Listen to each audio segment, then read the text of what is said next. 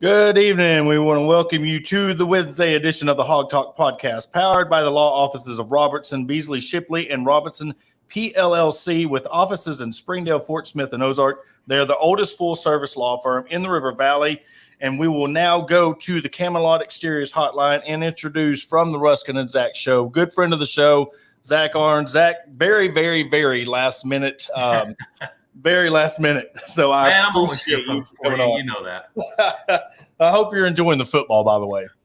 It has been a rough 2 weeks for me, but yeah, it's been great. I mean, you couldn't ask for any more out of college football the first 2 weeks. I mean, we've had a guy get fired already. You've got drama. You've got teams getting knocked off, upsets, all of that kind of stuff. It's exactly what we expect from college football this time of year. Well, and how big of a slap in the face is it, knowing that if they would have just waited till October 1st, they would have lost half their money on the buyout, and they said, still, no, get out. I mean, how much does that got to hurt knowing that?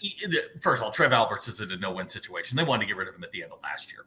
And you go and you lose to Northwestern. No shame in losing to Northwestern. That's a quality program. But you come home, you struggle with North Dakota, and then you turn around and you lose to Georgia Southern. Yeah. Trev Alberts had to do something. You weren't waiting until October the 1st. I'm sure that the meeting that took place on Sunday morning was, we're getting rid of this guy, whether you like it or not. And Trev Alberts, I mean, his hands were tied. And one of my favorite movies, The Game, there's a great quote in there from Michael Douglas, who was the actor. And it's like, action is taken, confidence is restored, the stock goes up. And that's what Trev Alberts did, was, look, you can't keep him. Mickey Joseph, to this point, has said everything correctly. Nebraska is, at least appearance-wise, stable. And Trev Alberts didn't have a choice. He had to get rid of him. Well, and for most people, they don't realize Nebraska is a similar fan base to Arkansas. It's the only thing in that state. Very similar. Nebraska, Arkansas, West Virginia are all very similar. But those people before, I haven't kept up with a couple of years, they would have 80,000 at their spring game. Like, sure. They took their football very seriously. Arkansas, it's more spread out with the baseball and all that. But yeah, when you in the talks of football, and another team that really holds on to its past is Nebraska. And so you are in a tight situation with that fan base of, hey, yeah, you lose to a team like that, whether you haven't really won in a long time or not, you're still the prestige of that name, it still means something. It does. And there isn't a whole lot going on in Nebraska outside of Nebraska football. I've spent some time in the western part of the state. There just is nothing else. It is the national sport in Nebraska, and they love it. And it's still a brand name in college football. It's one that I think you can win in Nebraska, but you've got to have somebody who understands and recruits outside of in a state where you're going to produce maybe one. I think they had a 4-star coming out of Omaha last year. That was like the highest rated player they've had in like 10 years. Nebraska used to go to California, get a bunch of players, and then they'd have, the walk-on program. They'd get some linemen out of Iowa and other places around the Midwest, and they would put their team together. But all their speed came from the West Coast. Nebraska hasn't been able to do that in a couple of years. And going to the Big Ten, they're sort of an outlier, a lot like Arkansas was. I mean, yes. They're the very southwestern tip of the Big Ten, and they don't feel like a Big Ten team. They feel like a Big 12 team. But they traded, much like Arkansas did in 1991, they traded competitiveness for financial stability. Arkansas took Arkansas almost 32 years to pull out of that tailspin, and now look at them. I mean, Arkansas. Well, you're seeing more teams do that. They're selling those souls to the devil for the money. Absolutely. West Virginia. What business is West Virginia doing in the Big 12? Now you're seeing what USC and UCLA is doing going to the Big 10. That one is a little bit more confusing to me because they're just not. There's nothing. That's a pure money grab. Yeah, exactly. And that one makes absolutely no sense to me, especially for UCLA. UCLA is USC's little brother. UCLA has no cachet. USC does.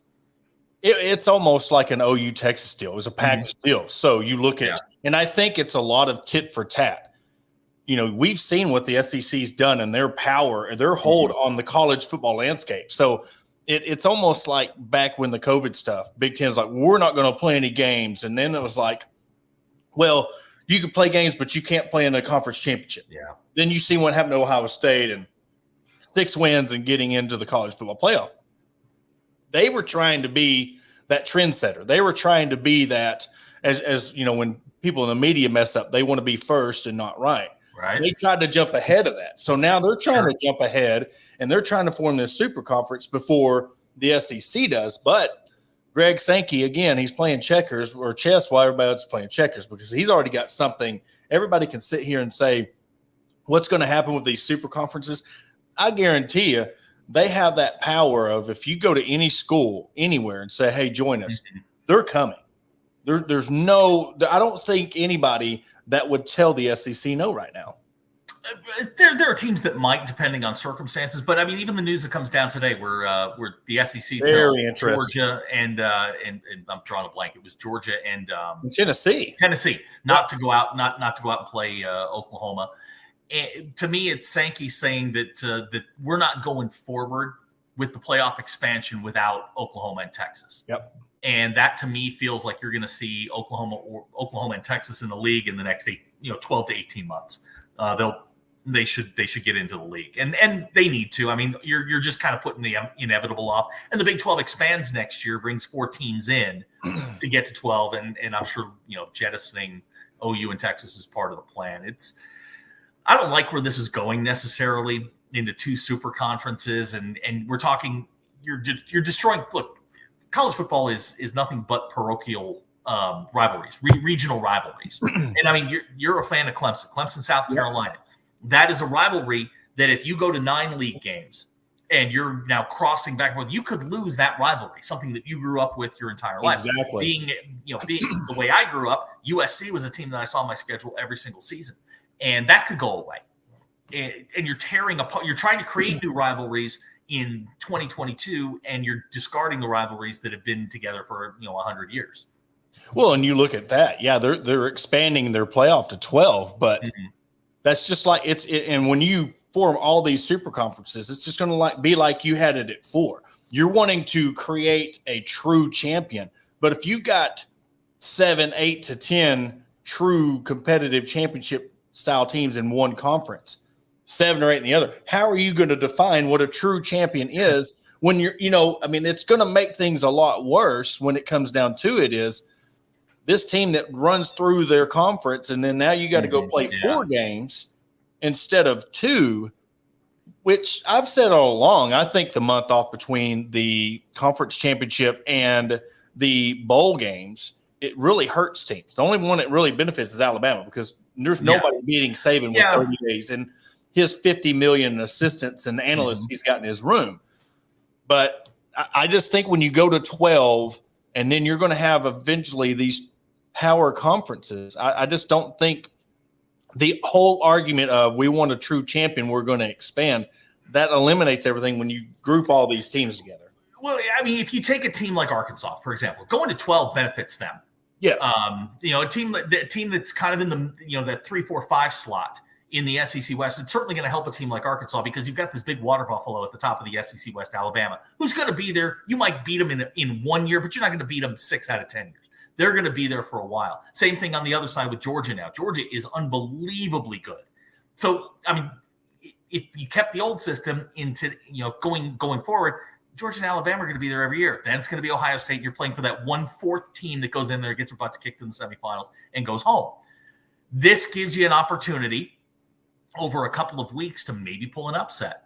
And it could be different. I'm not a huge fan of it. I love the bowl systems. I grew up going to bowl games. I love the entire bowl experience. But Nick Saban said something last week, which was players aren't going to play in bowl games now that are meaningless. You're using them simply as practice games at this point, which in theory they were, but at least it meant something. And, people would, I guess, you'd put together vacations around bowl games. If you're going to Miami or going to Pasadena or whatever. And now, bowl games are pointless. So an expanded playoff, if it means that we're going to see the stars play, I'm all for it. Yeah, what's the swag bag from Dollar General doing? When you're making $1 million. I mean, that's funny. Had the Dollar General Bowl or the Duke's Mayo Bowl. The one you want to go to is the Sony PlayStation. Yes, Fiesta. I mean, you're getting a PS5. But even now, what is that when you're getting 50,000 or 10,000? Even if you're one of them, the guys that are getting free lunches or getting $1,000, $2,000 here, it doesn't mean anything. Plus the risk of getting hurt, and we've seen it now. Even teams in the college football playoff, they're kind of rethinking things. Look at Jalen Catalon. Yeah, that's a whole other topic, the Jalen Catalon thing. But it's just the whole injury deal. That thing that's in your head of it's legit. I'm not saying anything that he backed out. I'm saying people are going to see that and they're going to be like, man, should I play in this game? Because he was. I'll take an example that was close to me was Jalen Smith, linebacker at Notre Dame. He was a top 5 pick. He has a really severe knee injury in a Fiesta Bowl against Ohio State. Jalen shouldn't have been playing in that game, but he wanted to. And Jalen Smith was ultimately drafted in the 3rd round. I mean, he lost millions, and that's the argument now. Sean Andrews very quietly opted out of a bowl game in his senior season to go work in the NFL. I don't begrudge the kids at that point. No. If you're playing for if you're in the playoff, absolutely. I think you need to be there. If you're not, then I don't begrudge you the opportunity to go and play. To go get ready for the NFL. Absolutely not. I would encourage you to do it. If I was advising you, I would say no. You're absolutely not playing in a bowl game. Go. Yeah, exactly. And now with the agents and stuff, but also you look at the guy I believe it was Michigan that hurt his knee. The guy from Michigan hurt his knee on the celebration. So I mean, to me, it's yes, you're taking that risk, but man, it's almost like it can happen anytime, anywhere. Well, look at the kid from LSU on Monday night on Sunday night against Florida State. He's celebrating. Lands wrong. That's what I was talking about. Not Michigan. That's the one I was mentioning. Yeah, LSU. He pops his ACL and boom, he's out 9 months. That's crazy. But so I guess looking at what we can about this game against Missouri State, it's so much of what I was talking to Jacob about on Sunday is a game like this. That your secondary is your biggest weak point right now. And that on your offensive side, yes, you're relying on your run.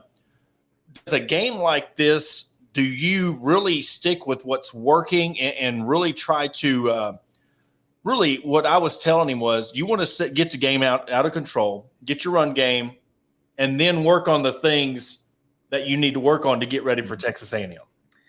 Agree, but you got to put the game away. And that's going to be the tough part. Look, Petrino is an offensive. I mean, he knows what he's doing. The offense hasn't changed very much schematically from what he did when he was here at Arkansas. You're going to see a ton of mesh. You're going to see guys, wheel routes out of the backfield. They run some zone option. His quarterback, Jason Shelley, that he's got he was a Power 5 guy, transferred from Utah. He's a good player. They just don't have enough of them, and they don't have the linemen to compete. This is going to be one of those games where in the first quarter, you're getting 5-yard runs. The second quarter, you're getting 10-yard runs. And all of a sudden, there's just guys running free. There's no way that if Arkansas is dialed in, and that's the key. I mean, you got to be dialed in. You've had 2 really emotional weeks. You got an emotional week coming up. If you're dialed in, there's absolutely no way that Arkansas loses the game. You just can't. Here's the wild card. And you mentioned the secondary, and that's part of communication back there is going to be a problem. They're giving up 350 yards a game. And that is a number that is staggering, dead last in the FBS in yards per game. And that is now rushing, they're in the top 5. They're giving up 76 yards. So they're completely shutting down the rushing game. You can make the argument, 2-game sample size, you really can't draw a whole lot of conclusions from it. 61% completion, you're giving up about 14 yards per completion. These are numbers that you would think if this was over an 8-game sample would be below average. It's nothing to worry about at this point. Slusher said today is day to day. And Dominique Johnson's ready to go. So communication in the back end is going to be really, really important because Petrino's going to test you. And if they can protect their quarterback, and he gets a pass off, that's when you kind of hold your breath and go, okay, this could be a little bit tougher than we thought. I don't see a way that they can score with Arkansas. There's no chance that Missouri State can.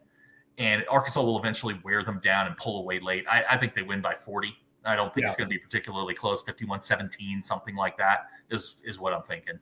They showed me a lot in between game 1 and game 2 of how much pressure. And I'm not saying South Carolina is a slouch, or am I saying they're a top tier team?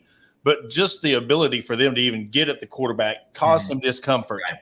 Was promising because that was teams that even like Nicholls State, North Texas, a couple years ago, they wasn't even getting pressure on those teams. Western Kentucky, now they're getting pressure. So that to me shows promise. And I think, like you were saying with Dominique Johnson, you want to try to get him in the rhythm. Not saying he's got to go out there and carry the ball 25 times, but I think this is where you really want, like you said, with the communication between the running back and the quarterback, you really use him. So, you know, it's interesting to see how they play this game. I know they're not going to take it lightly, but also I think a lot of people are putting way too much emphasis on the Bobby Petrino deal because it did happen so long ago. I think the only ones that it matters to really is the social media fans. And that's fine. Let you have your fun and your jokes. But these kids were 8 years old, 9 years old. And students have no idea. And the coaches, you know, Pittman not only, you know, wasn't even here. So it's you have no really connections in the coaching staff, players, other than the fans. So I think that's what's going to help.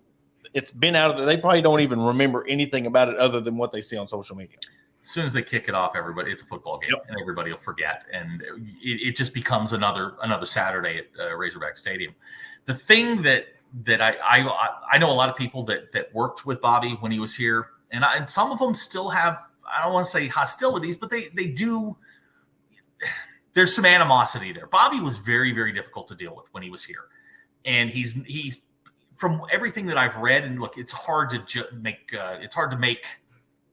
I guess, judgments from afar because we're not there every day. We don't go to practice. We don't interact with him. But he seems to have mellowed quite a bit. Maybe he learned from the experiences. You know, he got run out of Arkansas. He sits out a year. He goes to Louisville, and it was an absolute disaster. I think he understands that this is probably his last chance, and this is ultimately what will be his legacy. Building, look, they're number 5 in the FCS. They're not a slouch. Yeah, but building a program that, you know, historically was dead, you know, 5 years ago was just a dead, dormant program. And suddenly he's got it up and running. He's using the transfer portal very well. Obviously got the kid from Utah, and, you know, he can still coach, but I think he understands that, you know, the Power 5 jobs that he once would have been a candidate for are not going to happen again. So, you know, hey man, for them, they're just going to throw caution to the wind. They're going to come in, they're going to give their best shot and see what happens. Well, and we go back to that whole, you know, selling your soul to the devil thing. Another thing I was telling Jacob, they knew what they were getting with him. I don't I don't have any sympathy for the school, the coaching staff, ADs, because they knew how he left Atlanta. They knew how he was. That's on you for sitting there. If you it's like a bank robber. You're going to let him run a cashier stand, and then you wonder why he stole your money. Like that's what you got with Bobby Petrino. You knew the type of person he was. And don't forget how he left Auburn. Don't forget he tried to get Tommy Tuberville fired. I mean, they were negotiating on a plane on a runway, and Petrino's right in the middle of it. I mean, where he's left worse than when he found it.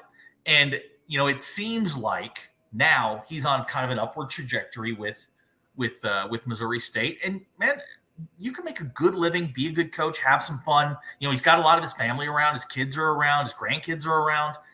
You know, maybe just late in life, he's kind of found the key to all of this and is just kind of enjoying being Coach Bobby Petrino now. Yeah, and Springfield's just far enough away from the pig trail where you kind of stay out of trouble. You know, you're up in near Branson. And the golf he's course. Not going to get himself in trouble up there, I don't think. Yeah, Springfield. I don't know if you've ever been in Springfield, but there is nothing there. There's a big rail yard there that I've spent some time at, but that's about it.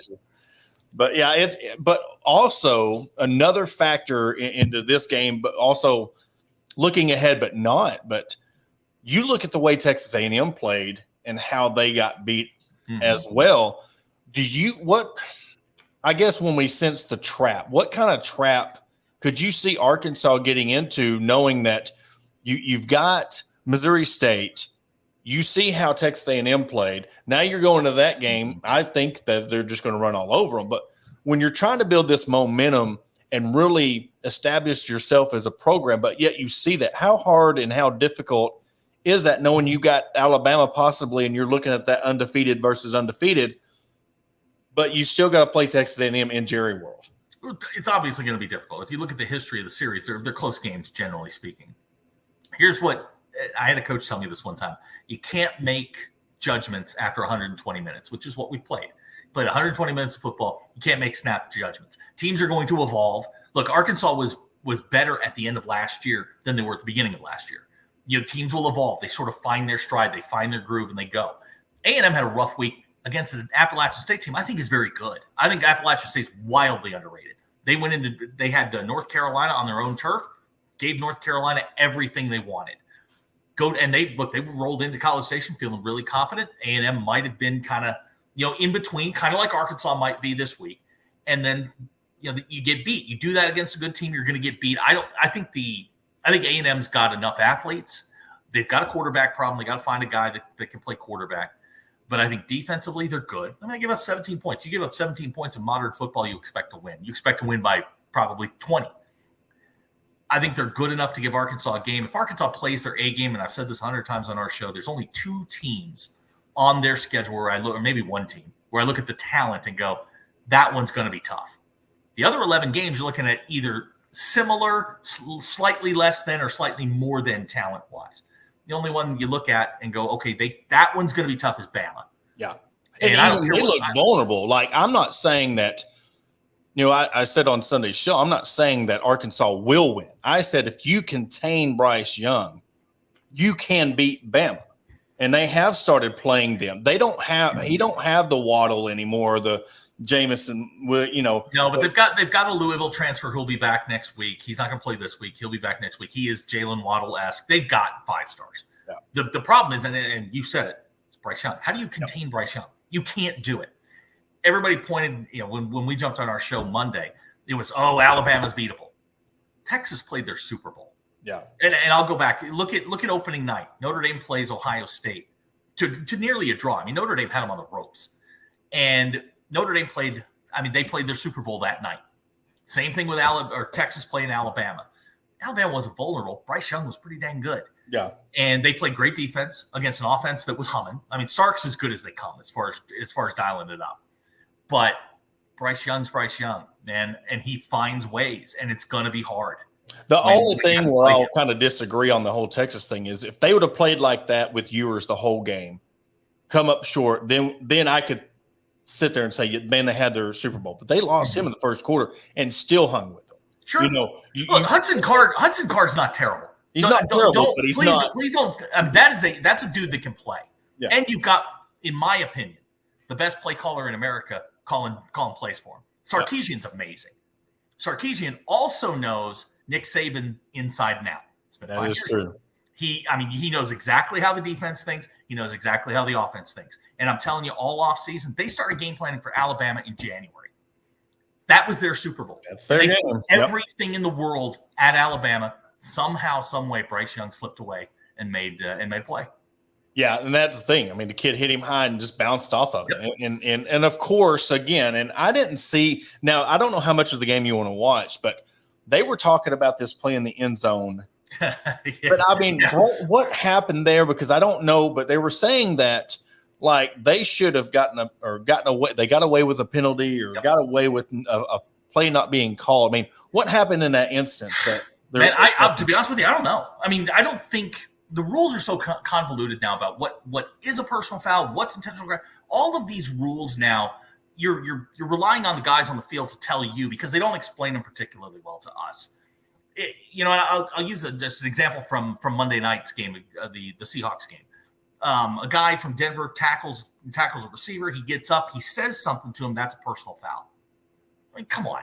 In the play you're talking about, they're talking about roughing the passer. And it's like, man, this is just no.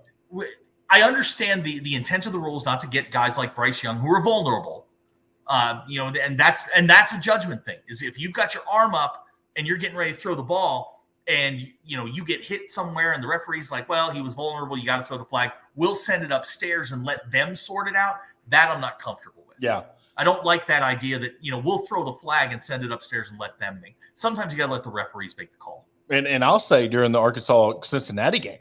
A lot of people that are not pointing out. I thought when KJ got hit in the end zone, that was a safety. So, it goes both ways. But if you look at they stopped forward momentum. He stopped, and then somehow they're like, no, that's not a safety. So, in my opinion, Arkansas got away with one Well, yeah, I mean, and it's going to happen week to week because the rules keep changing. So it's another thing that we're just going to have to get figured out. But I mean, look, the referees are in a no-win situation down there because they're being told to call what they see, and then hey, we'll shoot it upstairs and see what happens, and that's what causes a lot of confusion. And I guess we'll kind of end it on this. There was a thing that just come out today. And I really, in my opinion, I thought it was very intriguing that there was so many athletic directors across the board that voted unanimously. They wanted to keep the NCAA in charge of the FBS. I mean, to me, I'm like, I thought we were wanting to break away, do our own thing. So it's almost like there's chirping, but when it comes down to make a change or really talk about it, they tuck tail. So, I mean, what is your opinion on it? What do you think is their mindset by we want to be our own people and govern our own selves? But is it like now they're seeing that they're biting off more than they can chew and like, oh, y'all can have it back? NCAA owns the rights to March Madness. Yeah. It's that simple. It's $900 million, and the schools aren't going to walk away from it. Same thing with the college football playoff. I mean, that's its own entity. That's not an NCAA deal, but the NCAA has March Madness. So you're not walking away from $900 million. Yeah. And they're not going to come out and say, well, you know, we want the $900 million or the $1 billion or whatever, you know, March Madness is going to generate. But yeah, I mean, in the back of their minds, they say all the decisions are being made for football, but boy, that $1 billion entity that happens in March is certainly part of these discussions. And if you're telling me, what are they going to do? Go start their own thing? The NCAA's got the rights to everything. You got the TV rights. I mean, who are you going to get?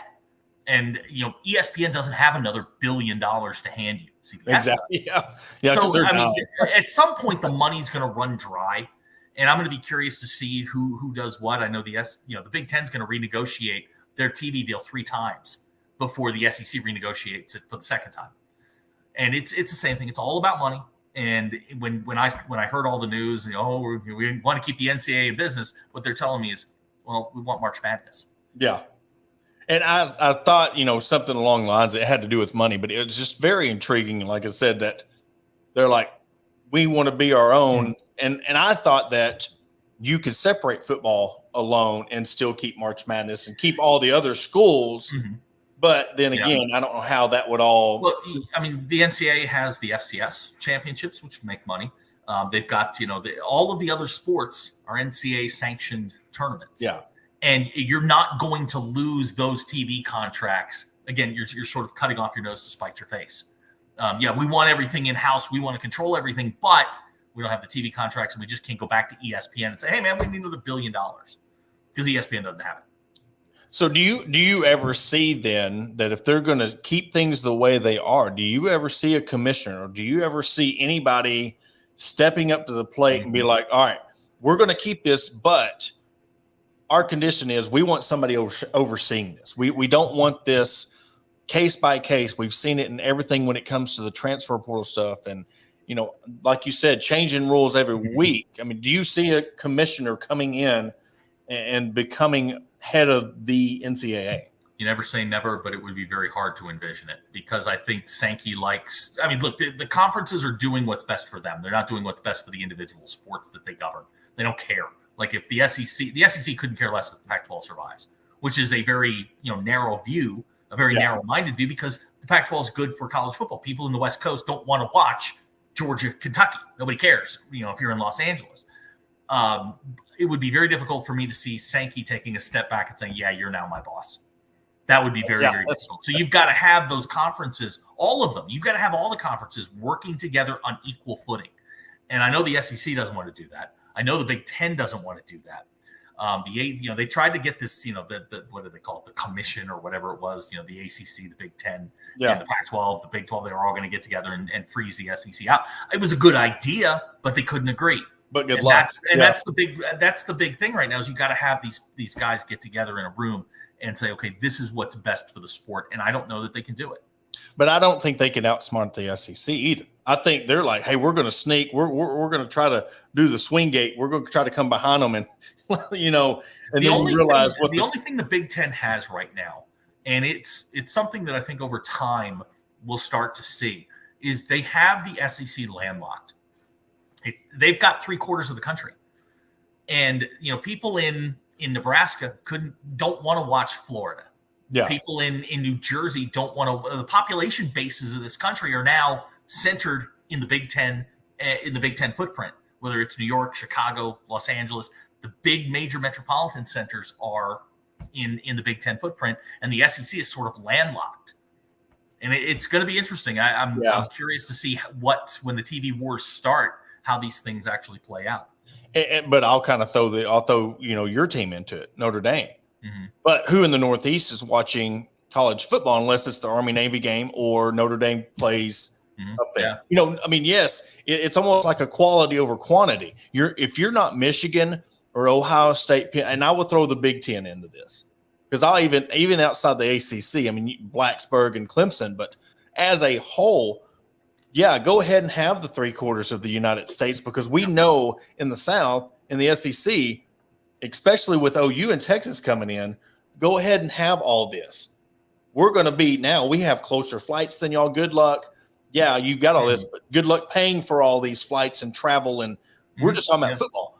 What about the 2 days a week? And, you look at volleyball and soccer and basketball, baseball series at 3-game sets, So it's almost like, go ahead. You think you're taking control, but where is the money at? It's right here in the South.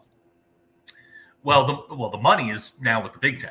That's $1 billion TV contract, and I think the SEC got like $300 million, something like that. And the Big Ten's going to renegotiate 3 times before the SEC ever renegotiates their TV contract. So the money's going north. Yeah, you may have better, more passionate fans in the southeastern corner of the United States, but you mentioned who's watching what in the Northeast? It's a good question because that's really pro football territory. Yep. In Chicago, it's pro football territory.